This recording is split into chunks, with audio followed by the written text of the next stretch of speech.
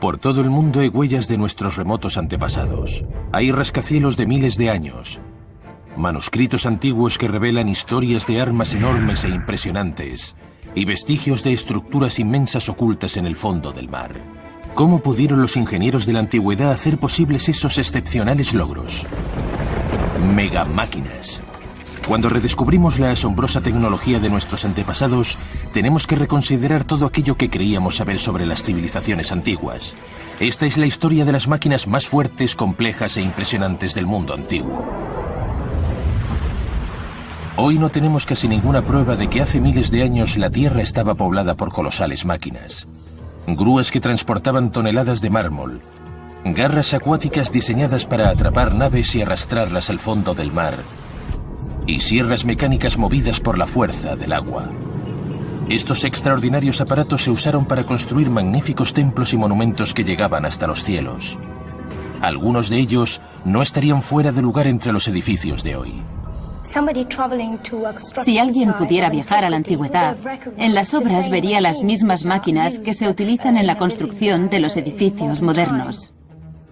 Las megamáquinas también se empleaban en el marco definitivo de las nuevas tecnologías, el campo de batalla.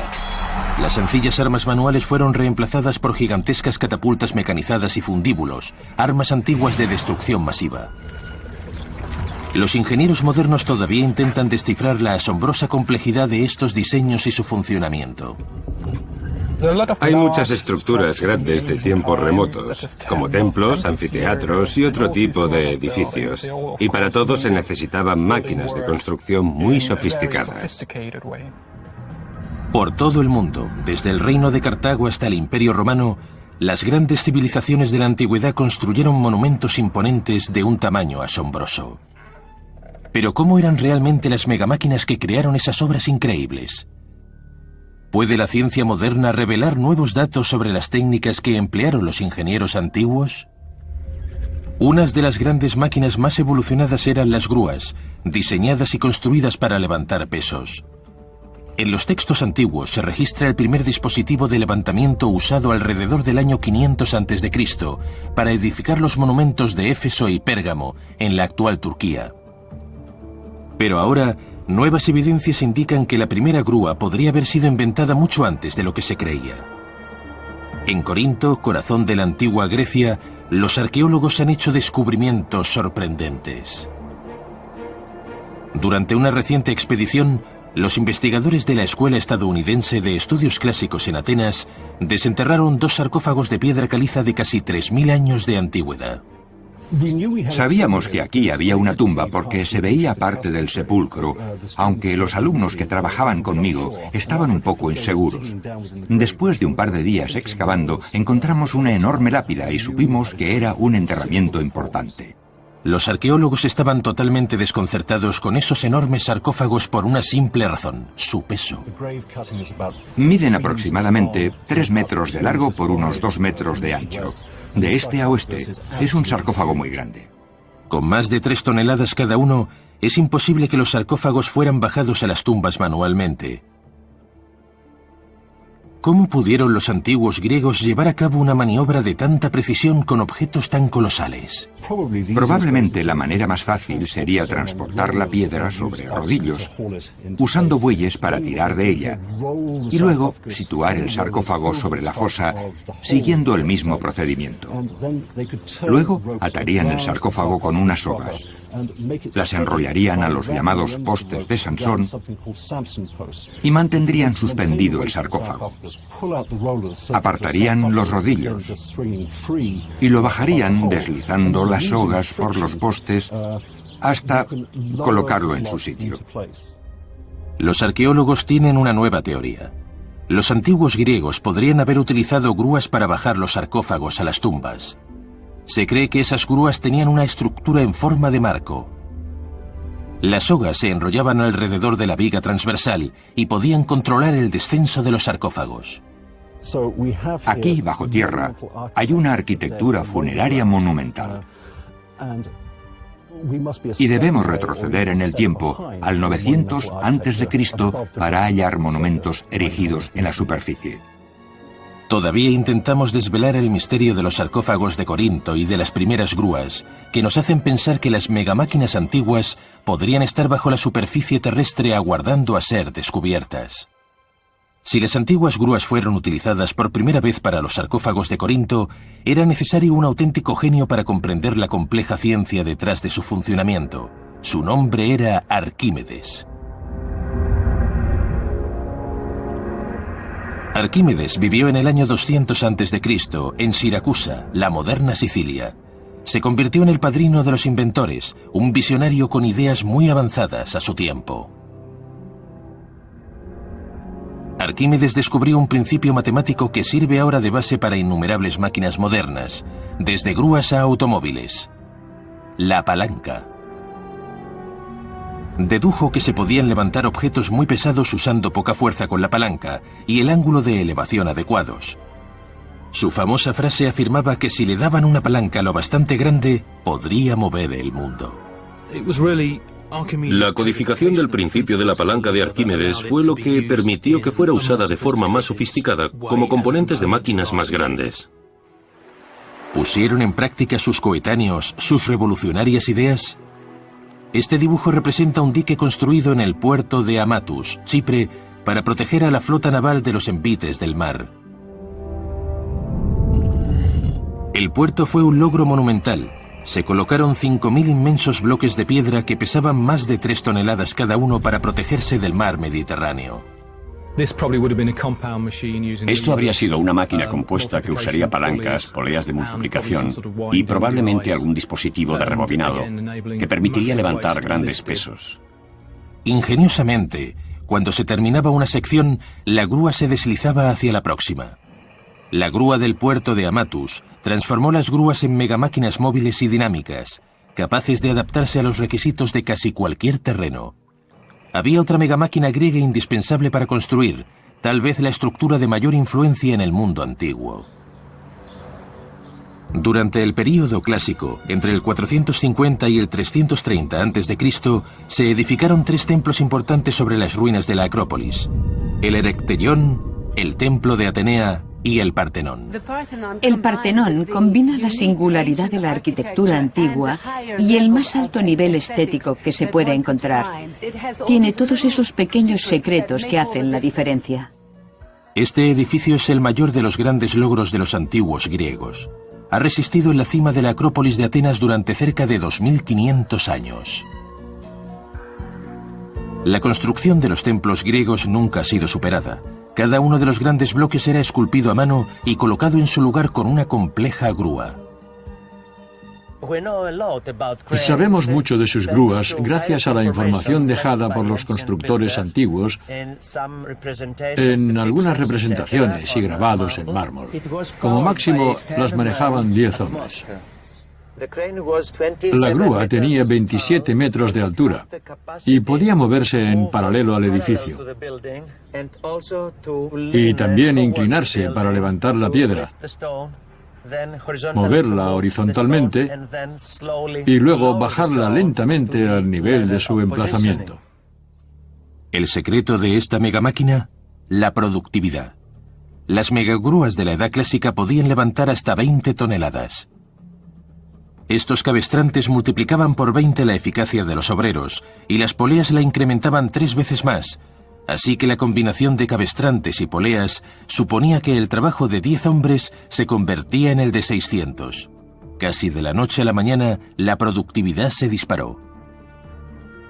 No es extraño que las megagrúas de Atenas pudieran levantar un bloque de piedra cada 15 minutos y que el Partenón se terminara en menos de 10 años, una décima parte de lo que se tardó en construir la gran pirámide en Gizeh. Hay quien cree que hoy no somos lo bastante diestros para igualar la calidad del trabajo de los antiguos griegos, que tallaban y colocaban las piedras con gran precisión. Nadie sabe con exactitud los secretos de los obreros. No hay suficiente información acerca de sus procedimientos. Estamos intentando entender cómo lo hacían. Es imposible meter nada entre estas juntas. Unir así 2 mármoles supone dominar una técnica perfecta. Hoy nos parece increíble. Hay evidencias de que las grúas antiguas se usaban en todo el mundo. Incluso hay pruebas de que se usaban grúas en circos y teatros. Los textos antiguos muestran que se usaba un artilugio para levantar objetos durante rituales ocultos al que llamaban el oráculo de la muerte. Narcotizaban a la gente y la llevaban a una cueva oscura. Ahí veían al sacerdote suspendido de una grúa como a los magos de nuestros días. Para la gente de aquel tiempo, eran los espíritus de los muertos que flotaba sobre ellos. ¿Podían los antiguos crear máquinas tan complicadas? Parece que por el momento, el oráculo de los muertos seguirá siendo un misterio. Todavía está por descubrir cómo y para qué las usaron las grandes civilizaciones de la antigüedad, pero se sabe que fueron los romanos quienes llevaron estas grúas a su cenit. ¿Podremos desvelar por fin los detalles desconocidos sobre las megamáquinas que levantaron el imperio más grande del mundo antiguo? Los griegos inventaron las grandes grúas para construir sus bellos templos y monumentos, pero una superpotencia de la antigüedad desarrolló esta tecnología a gran escala: los romanos. El poderoso imperio romano se extendía más de 5.000 kilómetros, desde Gran Bretaña hasta Jordania. Mantener este gran número de pueblos bajo el yugo romano requería que las conquistas fueran seguidas inmediatamente por programas de edificación, y levantaron monumentos que intimidarían durante siglos a los territorios derrotados. Pero los romanos no tenían cientos de años como los egipcios para construir esas inmensas estructuras. Buscaron técnicas rápidas, y para ello inventaron grandes grúas para erigir edificios en un tiempo récord. Roma encargó de la ingeniería a su mejor arquitecto, un hombre llamado Vitruvio. Creó varias grúas de diseño futurista que fueron decisivas en la construcción de las colosales estructuras del Imperio Romano. Su diseño más prestigioso usaba una rueda para multiplicar el gran poder de elevación de la máquina. La rueda era movida por un equipo de 5 hombres que andaban dentro. También usó una ingeniosa técnica para levantar bloques de mármol. Se insertaba un juego de cuñas de metal que encajaban en un hueco abierto al efecto en el bloque. Cuando las 3 cuñas estaban en su lugar, se cerraban con un perno y ya se podía levantar el bloque. El propio peso de los bloques ayudaba a que se asentaran firmemente en su lugar cuando los levantaban. Era un método ingenioso para levantar bloques de piedra sin necesidad de sogas. Algunas de las estructuras más asombrosas de Roma fueron construidas usando el mismo tipo de megagrúas, como la impresionante columna de Trajano. La columna trajana es un extraordinario monumento que se alzaba a gran altura sobre Roma, rodeada en su tiempo por importantes edificios romanos. Al acceder al gobierno, el emperador Trajano adopta el nombre de el más grande, Trajano Augusto. Y si vas a ser el emperador más grande, tienes que tener la columna monumental más grande. Esta gran estructura tiene 30 metros de altura y fue edificada mediante una serie de tambores de mármol de 40 toneladas, colocados una encima del otro con una precisión excepcional. Dentro de la columna hay una escalera helicoidal. Esas pequeñas aberturas son ventanas y tuvieron que tallar cada bloque con la escalera interna y perfectamente alineados. Las piedras están unidas y no se mueven, y eso se debe a que las juntas están calibradas precisamente. ¿Qué clase de grúa usaron para conseguirlo? En un bajorrelieve romano funerario, llamado el relieve Hateri, se hizo un hallazgo de máxima trascendencia, una representación de cómo se utilizaban las grúas en la Roma antigua.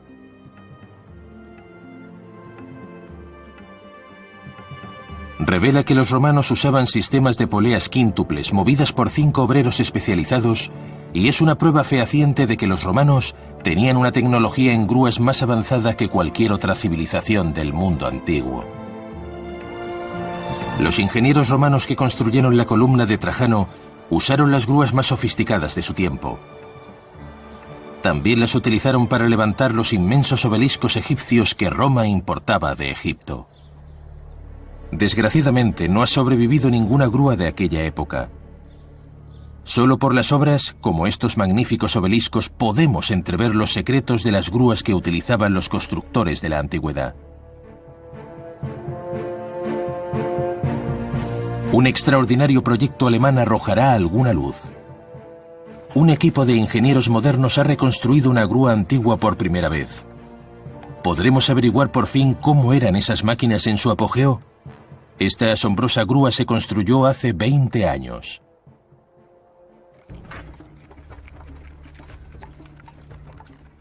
Esta parte de la grúa es el cabestrante, el punto donde se coloca la polea. Son necesarios 4 hombres para mover estas palancas y enrollar el cable en este eje vertical. Del cabestrante de la grúa principal sale un cable y este cable llega hasta la rueda principal. Este es el principio básico de la transmisión. Mientras el cable está en el cabestrante, en la rueda grande, al mismo tiempo tienes las ruedas pequeñas del eje en las que se enrolla el cable y así se levantan las piedras. Ahí reside la fuerza de la grúa, en la transmisión. Y para cuadriplicar la fuerza se necesita 4 veces el largo del cable y así solo hay que hacer la 4ª parte de fuerza para levantarlas. Este extraordinario aparato está basado en el mismo principio que la moderna caja de cambios. La transmisión incrementa la longitud del cable necesario, pero reduce la cantidad de fuerza necesaria para la acción. Aquí pueden ver representado el levantamiento del bloque de piedra. Este es un conjunto de poleas, y como ven, hay varias poleas aquí abajo, y otro juego de poleas aquí. Tenemos una serie de máquinas alineadas, así que cada vez que se reduce la fuerza necesaria, se incrementa la longitud del cable, y si se hace varias veces, aumenta mucho la eficacia.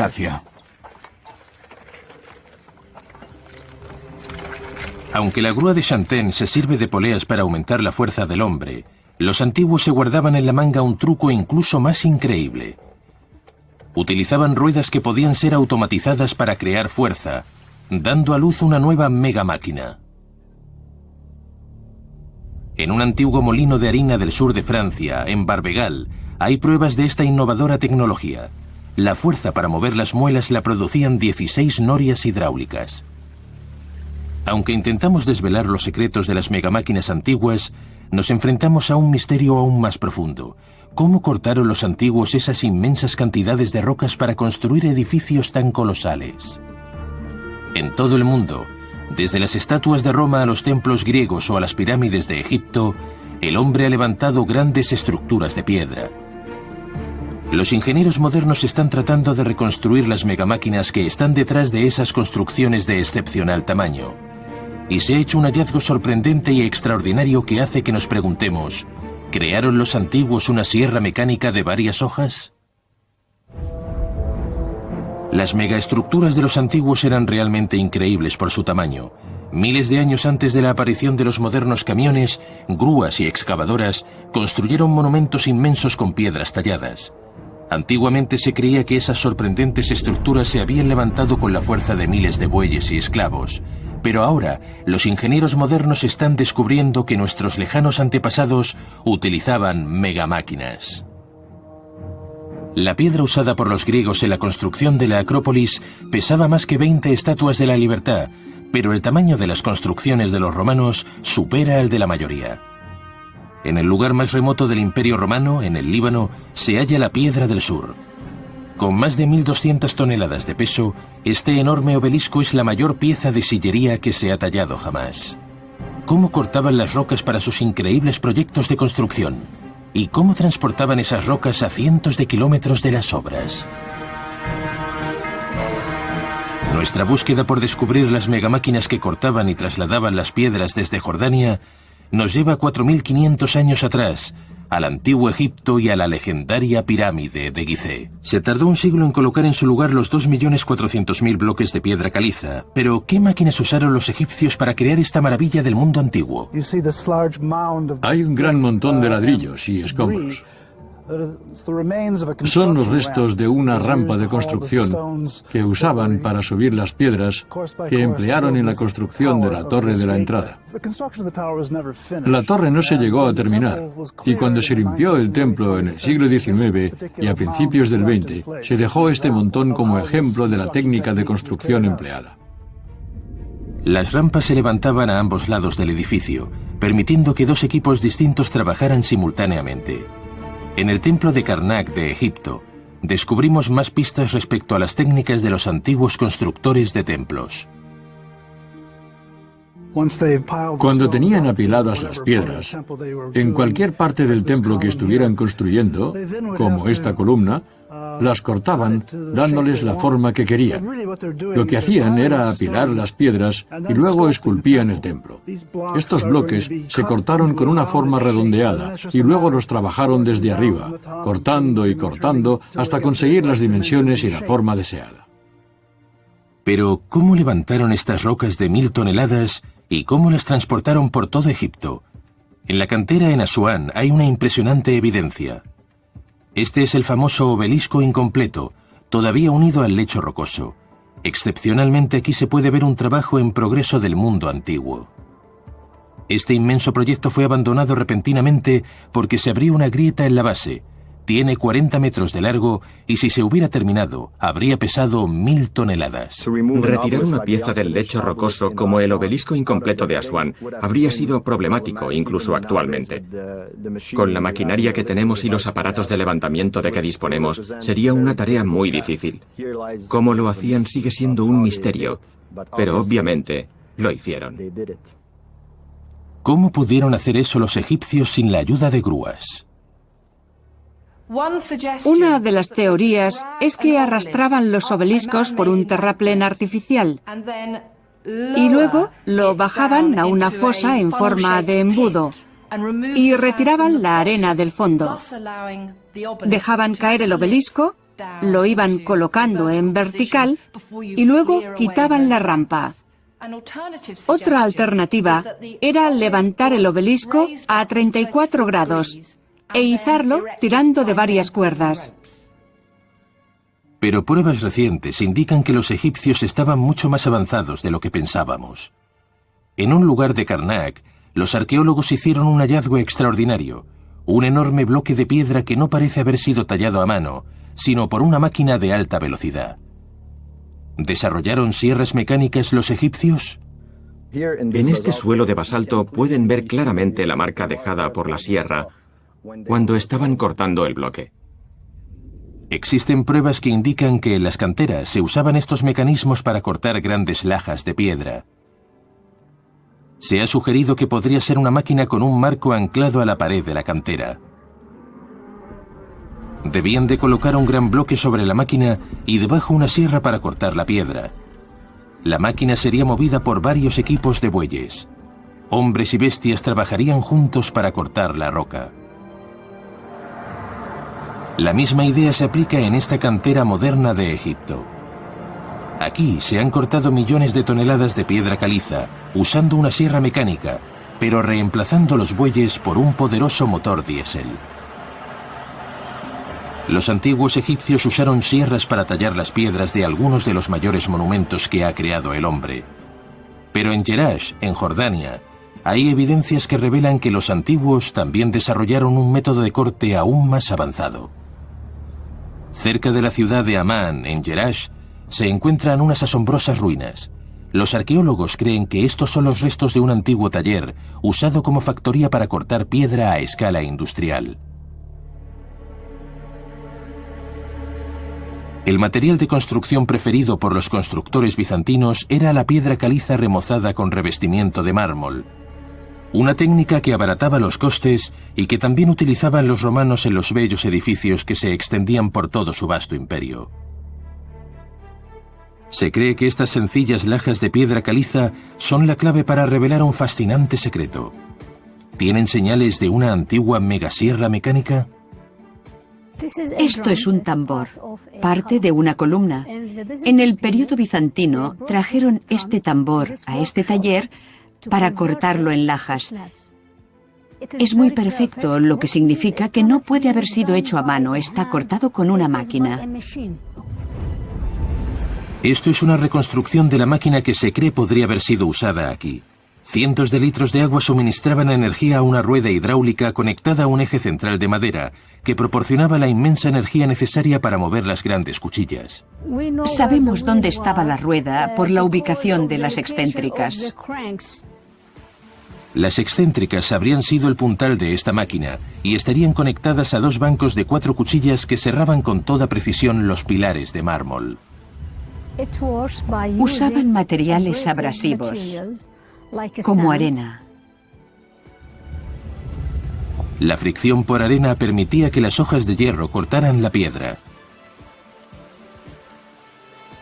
La sierra automática de varias hojas de Jerash es un nuevo y fascinante descubrimiento. Creemos que hace miles de años pudo haber sierras similares en todo el mundo. Por consiguiente, las megamáquinas automáticas no son exclusivas del mundo moderno. En realidad fueron inventadas por los antiguos. Nuevamente, fueron los romanos quienes llevaron esta megamáquina antigua a su cenit. En textos escritos hace 2000 años por el ingeniero romano Plinio, se describe un extraordinario aparato de corte sin igual en el mundo antiguo. Plinio describe lo que se cree pudo ser la primera sierra movida por agua, pero solo es eso, una descripción. Nadie sabe si el diseño funcionaría en la práctica. Richard Windley es constructor de maquetas y experto en la recreación de inventos de nuestro pasado remoto. Esta es una pequeña maqueta que representa una de las formas que podría tener esa máquina. La fuerza motriz es suministrada por una rueda hidráulica. La rueda hidráulica gira y el eje de la rueda está conectado a la rueda principal de la cinta. Usa un sistema de abrasión, probablemente arena de esmeril. El esmeril se mezclaría con agua. Se supone que un obrero se sentaría sobre la piedra y dejaría caer la lechada de esmeril sobre la hoja giratoria. Cuando el bloque ha sido cortado completamente, se coloca el próximo y se empieza a cortar. La sierra antigua de Plinio, movida por arena, cables y agua, es la clave para descubrir cómo tallaban los romanos sus inmensas estructuras de piedra. Cuando los antiguos empezaron a dominar máquinas con las que podían abrirse camino en la roca, empezaron a desarrollar megamáquinas que pudieran abrir el camino a las personas en el campo de batalla. Crearon grandes máquinas de guerra, terribles máquinas de asedio capaces de destruir ciudades y antiguas superarmas que hundían flotas navales. Aunque puede parecer extraño pensar en ello ahora, los griegos y los romanos desarrollaron catapultas inmensas con las que lanzaban grandes pesos para destruir muros. Sus máquinas de asedio eran terroríficas y tenían un arsenal de armas muy poderosas. Sus enormes catapultas utilizaban sogas retorcidas para crear torsión y disparaban grandes bolas de piedra contra los muros de los castillos. Las catapultas más grandes, las megacatapultas, medirían entre 7 y 10 metros de altura, y es evidente que psicológicamente desalentaban a los defensores. Esas megacatapultas eran capaces de derribar almenas y dejar fuera de combate a filas enteras de soldados. Debía de ser terrorífico enfrentarse a una máquina de esas. En la Edad Media hubo un salto espectacular en la tecnología que llevó a una de las máquinas de guerra más destructivas que el mundo conocía. Las poleas, las sogas y las ruedas usadas en las grúas griegas y romanas fueron adaptadas a un sofisticado sistema de armas. En el castillo de Warwick, Inglaterra, un grupo de historiadores y reconstructores ha desarrollado una réplica de una de esas megamáquinas de guerra. Lo que hemos conseguido es una catapulta de asedio del siglo XIV llamada fundíbulo. La inventaron los chinos en el siglo III. Su tecnología se extendió a Oriente Medio y desde allí alrededor del siglo XI llegó a nosotros, cuando los europeos fueron a las cruzadas.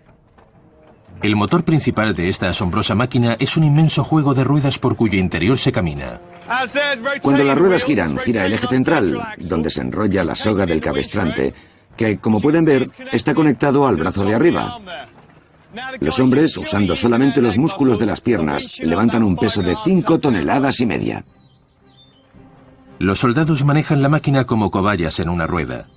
Su propia fuerza bruta les daba su capacidad de destrucción. Cuando el brazo baja, prepara el gatillo. Así, despacio. Engánchalo. Y luego, metemos el gatillo de metal por la anilla. Los hombres tendrán que desenrollar la cuerda para liberar el brazo lanzador. Toda la presión de esta inmensa máquina está centrada en el gatillo de percusión. Como ven ahora, las ruedas giran hacia el otro lado, desenrollando la cuerda para que quede floja. La energía de esta sencilla máquina de asedio era impresionante. Medimos la energía en julios. Un lanzador de béisbol profesional lanza la pelota con 2 julios de energía. Ahora no estamos lanzando una pelota de béisbol. Estamos lanzando una roca de 159 kilos con una energía de 120.000 julios. Eso es el equivalente a estrellar una camioneta de 1 tonelada contra una casa a unos 100 kilómetros por hora. Para nuestro experimento queríamos evaluar por primera vez la velocidad de esta gran arma. Uno de nuestros chicos ha conseguido una cámara de alta velocidad, como las de los radares de tráfico, y cuando hagamos esta toma intentaremos medir la aceleración de la bola y la velocidad máxima que alcanza cuando sale de la máquina.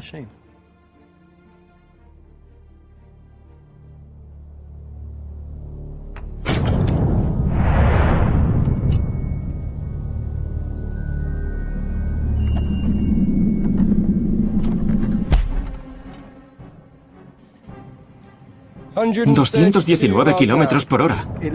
La bola ha salido a 219 kilómetros por hora.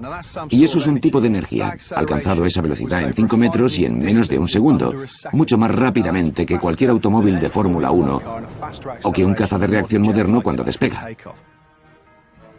Sea un fundíbulo medieval, una balista griega o un manganel romano, con las catapultas de torsión de su tiempo no se preguntaban ¿derribaremos ese castillo?, sino ¿cuándo vamos a derribar ese castillo? ¡Dispara! Pero por increíbles que fueran esas máquinas, los antiguos inventaron megamáquinas de guerra aún más ingeniosas. Arquímedes nació en la isla de Siracusa alrededor del año 200 a.C. y desarrolló varias catapultas para repeler a las fuerzas más invencibles del mundo antiguo, los romanos. Pero también inventó otros ingeniosos aparatos, muchos de los cuales sorprenderían a los ingenieros militares de hoy. La isla de Siracusa tenía un único punto débil que la hacía vulnerable a las invasiones enemigas: el puerto. En respuesta, Arquímedes creó una defensa asombrosa y a la vez ingeniosa. Arquímedes desarrolló una máquina conocida como la garra, que sujetaba las embarcaciones romanas, las levantaba en el aire y las dejaba caer para que zozobraran. La garra se convirtió en leyenda como superarma que hundía flotas enteras y llenaba de terror los corazones de los capitanes romanos. Pero ahora se cree que Arquímedes podría haber desarrollado una máquina aún más astuta. Un aparato que estaba escondido bajo la superficie del agua, listo para atacar a las embarcaciones desprevenidas. Era el sacudidor de barcos de Arquímedes. Si intentas neutralizar una embarcación, lo mejor es volcarla. Si consigues desequilibrarla y la gente resbala, tal vez puedes inclinarla lo bastante para impedir que remen. Y si lo consigues, no pueden hacer nada, ya los tienes. Aunque los registros arqueológicos son escasos, las historias sobre su existencia la relacionan con Arquímedes. La idea era que los barcos entraran en un puerto aparentemente sin defensa, pero sin saberlo, los soldados navegaban directamente hacia una gigantesca Venus atrapamoscas submarina. Cuando la embarcación atracaba, subía una gran púa que levantaba al barco y su tripulación. Luego salía una garra inmensa del agua que sujetaba con fuerza la nave. Una vez neutralizada e impotente, la nave era sacudida de un lado a otro antes de ser arrastrada al fondo junto con su tripulación. El sacudidor de barcos de Arquímedes podría haber sido movido por bueyes que tirarían de las sogas que movían los mecanismos de la máquina. Los bueyes estarían escondidos tras una gran pantalla y el puerto parecería desierto. El sacudidor de barcos era un astuto aparato creado para engañar a los romanos, haciéndoles creer que podían atracar sin peligro, pero el letal mecanismo les estaba esperando bajo la superficie para destruir sus naves. Es un aparato intrigante, pero parece una de esas cosas que aparecen en las películas de Hollywood. Aunque la historia está basada en la leyenda, en los elementos de esta máquina se emplea tecnología que se usaba en aquella época. Había muchas megamáquinas en el mundo antiguo, pero tal vez nada tan misterioso como las de Alejandría. Aquí es donde trabajaban y estudiaban los grandes inventores griegos de la antigüedad, y se cree que crearon máquinas mucho más sofisticadas de lo que imaginábamos. Uno de sus mayores logros era el faro, una megamáquina multiuso que tanto guiaba a los barcos hacia el puerto como los destruía. Había un edificio en el mundo antiguo que era la máquina más grande y más compleja de la antigüedad. Su fama se extendió por todas partes y hoy es conocida como una de las 7 maravillas del mundo antiguo. El Faro de Alejandría. A pesar de las numerosas naciones que pasaron por allí, los griegos, los romanos, los bizantinos y los árabes, todas respetaron el faro y nadie intentó destruirlo. El faro se empezó a construir durante el reinado de Ptolomeo I y se terminó en el reinado de Ptolomeo II. Era un edificio con una gran estructura. Se estima que tenía una altura de 160 o 180 metros. Era un auténtico rascacielos de la antigüedad. Se cree que era la torre más alta hasta que se erigió la Torre Eiffel en 1889. Era la estructura más grande de la época. Y no era coincidencia que fuera construida en Egipto, donde había una larga tradición en la construcción de edificios enormes como las pirámides. El faro fue construido alrededor del año 290 a.C. Su función principal era guiar hacia el puerto en Alejandría. Hoy, en su antigua ubicación, hay un fuerte militar. Aunque no queda nada del faro, el puerto se ha convertido en un centro de interés desde que los arqueólogos hallaron hace poco restos que pueden obligarnos a reescribir los libros de historia. La mayoría de las piedras del faro fueron traídas del sur de Egipto. Hemos encontrado bajo el mar gran cantidad de granito y la mayor parte del faro se construyó con granito rosa de Asuán. A la sombra del faro hay unos misteriosos bloques de granito rosa. Los arqueólogos creen que estas lajas de piedra pueden ser secciones del faro. Pero los objetos más intrigantes no se han encontrado en el puerto en Alejandría. Estamos justamente en el sitio donde están sumergidos los bloques. Entre ellos hay varios trozos que son del faro y de algunos de los monumentos que formaban parte de la decoración del faro, y en particular de la entrada. También hay otra reliquia antigua que podría arrojar luz sobre la construcción del faro. Es una estructura conocida como la entrada de alabastro. Se cree que la entrada al faro podría ser muy similar a esta estructura. La altura del faro dominó el horizonte de Alejandría durante más de 1000 años y permaneció intacto durante tanto tiempo por la forma en que fue construido. El faro fue construido en 3 plantas. La más baja estaba sobre una sección cuadrada. La segunda era octogonal y la tercera circular, y los proyectores de luz estaban arriba. Nos encontramos con que los Ptolomeo hicieron algo más grande y mejor que nadie. Este edificio es propaganda en piedra. Algunas personas creen que en el exterior del faro había autómatas mecánicos. En el segundo nivel había 8 estatuas de bronce que seguían la trayectoria del sol, pero no sabemos cómo lo hacían posible y si era verdad. Había otra máquina que daba las horas con unos sonidos melódicos, y algunos autores afirman que el faro era utilizado también como un gran telescopio. No estoy de acuerdo con la opinión de que es el primer telescopio de la historia. Lo que, por supuesto, se podía hacer era subir por el interior y mirar el panorama desde la cima, la zona del delta y el mar. Es una idea romántica pensar que el faro podría haber sido usado como telescopio y que el líder egipcio observara si los mandatarios de Constantinopla, la otra gran ciudad de la antigüedad, preparaban una flota para atacarles. Pero la curvatura de la Tierra no lo hubiera permitido. ¿Podría haber sido el faro un avanzado dispositivo de alarma? Richard Windley ha construido una maqueta de uno de los dispositivos que podrían haber formado parte del faro. Filón de Bizancio era uno de los grandes cerebros de su generación, y una de las cosas que se le reconocen es el diseño y construcción de un enorme dispositivo de alarma que estaba montado sobre el faro. Hay referencias a una sirena de vapor que utiliza una rueda giratoria. Hace 2000 años que el faro podría haber contenido un inmenso fuego. Esta torre habría producido el calor suficiente para alimentar dispositivos movidos a vapor. En este caso tenemos una caldera pequeña. El vapor de esta caldera sube por este tubo que tiene una llave de paso para controlarlo. Dentro de esta pequeña sección hay una rueda giratoria con unos pequeños agujeros. Gira de la misma forma que una turbina. La presión del vapor hace girar la rueda y eso produce un sonido. Cuando el aire es forzado a pasar a través de la alarma, impulsado por el vapor, el modelo de Richard revela algo extraordinario.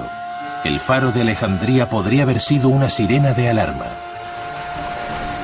No solo se habría usado el sonido, sino que los antiguos también podrían haberse beneficiado del poder de la luz. El faro era necesario para guiar a las naves sin peligro hacia el puerto de Alejandría. Sin embargo, necesitaban alguna manera de mantener un fuego y reflejar la luz para producir el haz. La verdad es que la luz del faro alcanzaba unos 50 kilómetros. Es un misterio tecnológico porque tenemos muchas incógnitas relacionadas con el fuego encendido en el faro. Por ejemplo, sabemos que en Egipto no había madera, no había grandes bosques donde cortar madera para alimentar el fuego. Sin madera, la luz que proyectaba el faro por la noche tenía que ser producida con la menor cantidad de material posible. Los expertos creen que por la noche encendían un pequeño fuego, pero tenían que amplificarlo. Por lo tanto, la primera teoría era que el fuego estaba en la base del faro y que la luz se reflejaba mediante una serie de espejos en el interior del edificio hasta llegar a la cima, y desde allí se proyectaba hacia el mar como un rayo láser. Pero, ¿disponían de esa tecnología óptica? En Alejandría y Pérgamo tenían grandes conocimientos. Sabían cómo refractar y enfocar la luz, jugaban con la luz, conocían la óptica. La segunda teoría era que el fuego estaba en lo más alto del faro y se reflejaba hacia el mar mediante espejos. También hay referencias en textos antiguos de un extraño cristal que refleja la luz a grandes distancias y que a la luz del día se usaba el reflejo del sol.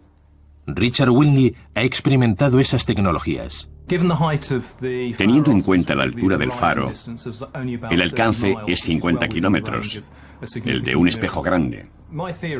Mi teoría, y es solo una teoría, es que un espejo situado en la cima recogía los rayos del sol y se dirigían verticalmente hacia abajo, donde la luz se reflejaba y giraba para distribuirla por una extensa zona. Los antiguos habrían tenido que calcular los ángulos de reflexión con una exactitud increíble, porque un pequeño error de cálculo y el rayo podría provocar un incendio. Aquí hay una pequeña leva, una palanca que está conectada a estas palancas pequeñas que hay aquí para situar el espejo en el ángulo deseado. ¿Funcionará la maqueta de Richard cuando la pruebe? Ahora estoy girando la palanca y allá vamos. El rayo de sol se está distribuyendo. Ya tenemos nuestro faro.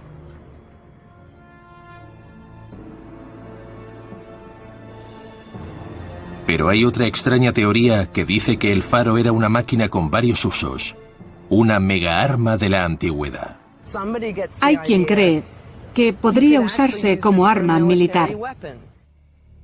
Esto no es un concepto nuevo en el mundo antiguo, porque se afirma que Arquímedes utilizó el mismo tipo de armas y provocaba incendios con sus espejos. Los reflectores del faro de Alejandría tienen gran semejanza con los reflectores con los que Arquímedes quemó la flota romana durante el asedio de Siracusa. Aunque la verdadera eficacia de la antigua tecnología de los espejos sigue siendo desconocida, lo realmente impresionante es que el faro era una estructura magnífica y sobrevivió hasta el siglo XIII después de Cristo, unos 1600 años, y fue destruido por un seísmo. Fue la definitiva megamáquina. Las megamáquinas no son una invención del siglo XX. La ingeniería moderna ha probado que sin las complicadas máquinas que tenían en la antigüedad, no habría sido posible construir la mayor parte de los grandes monumentos.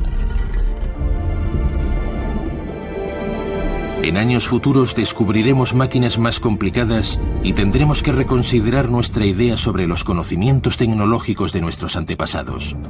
Los inventores de la antigüedad lo han demostrado, y tendremos que admitir que las megamáquinas nacieron en el mundo antiguo.